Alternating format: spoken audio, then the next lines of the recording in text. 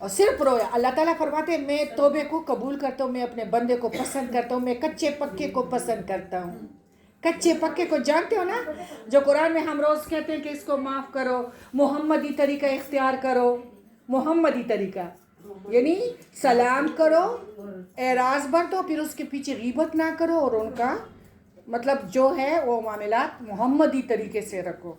تو یہ کچا پکا مسلمان مطلب بندہ تھا, وہ اس نے رو لیا. ادھر موسیٰ علیہ السلام کو فرشتہ آتا ہے کہ اللہ تعالیٰ نے فرمایا ہے کہ موسیٰ سارے بنی اسرائیل کو کہو کہ اس کے جنازے کے لیے نکلے, اور تم خود اس کو وہ دے دو, غسل دے دو, میرا بندہ مرا ہے. اور اس گیٹ کے پاس وہ جب جاتے ہیں تو وہ کہتے ہیں یہ تو وہی نکما بندہ ہے جو شرابوں میں ڈوبا ہوتا تھا. موسیٰ علیہ السلام کہتے ہیں فرشتے کو جاؤ رب العالمین سے یہ کہو کہ یہ لوگ تو کہتے ہیں کہ یہ وہی گندا بندہ ہے.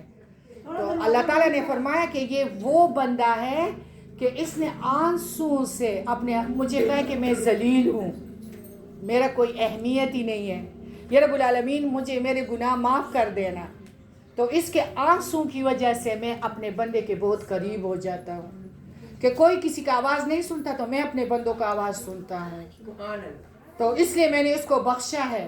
اور جو کوئی اس کا جنازے میں نہیں آئے گا تو اس کے گناہ اسی طرح کے, جو کوئی اس کے جنازے میں آئے گا تو ان کے گناہ بخشے جائیں گے. اتنا زیادہ جنازہ ہوا کہ زندگی میں کسی کا اتنا جنازہ نہیں تھا.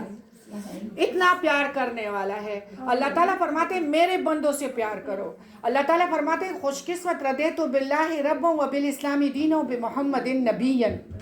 میں ان کو کہتی ہوں کہ دورانی ہاؤس گھر میں ادھر پہلے بھی موجود تھا, لیکن جب مجھے قرآن مل گیا تو اس زینت بلاک نے اور نرگس بلاک نے مجھے اتنی عزت دی کہ ہر بات پہ باجی آئے گی.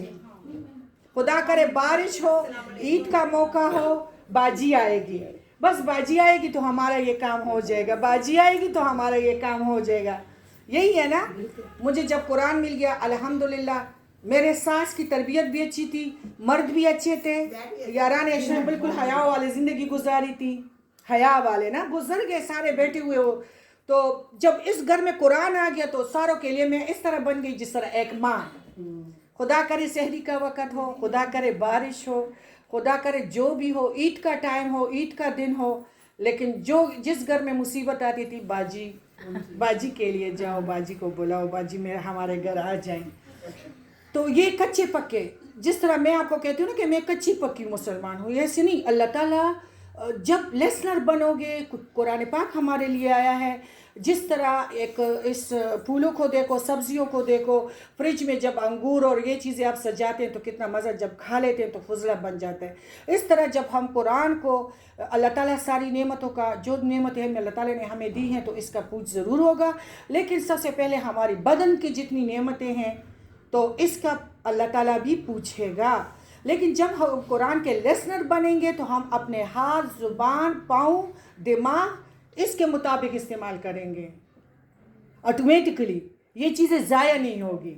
اور باقی اللہ تعالیٰ دعاؤں کو سننے والا ہے, اللہ تعالیٰ باتوں کو پسند کرنے والا ہے. اللہ تعالیٰ دعا کے بغیر بھی فرماتے ہیں کہ جب تمہیں رونا آئے, تمہیں کسی نے آنسو دیے ہیں تو اس کے لیے دعا کرو کہ اللہ اس کو جنتوں میں, یا رب العالمین میں تو بڑی ذلیل ہوں, ایک کتے کی عزت ہوگی میری نہیں ہوگی, یا رب العالمین تو میرا ہے نا, یا رب العالمین تمہیں مجھے سلیمان علیہ السلام کی طرح عزت عطا کرنا, میرے بچوں کو مجھے سلیمان علیہ السلام کی طرح برکت عطا کرنا.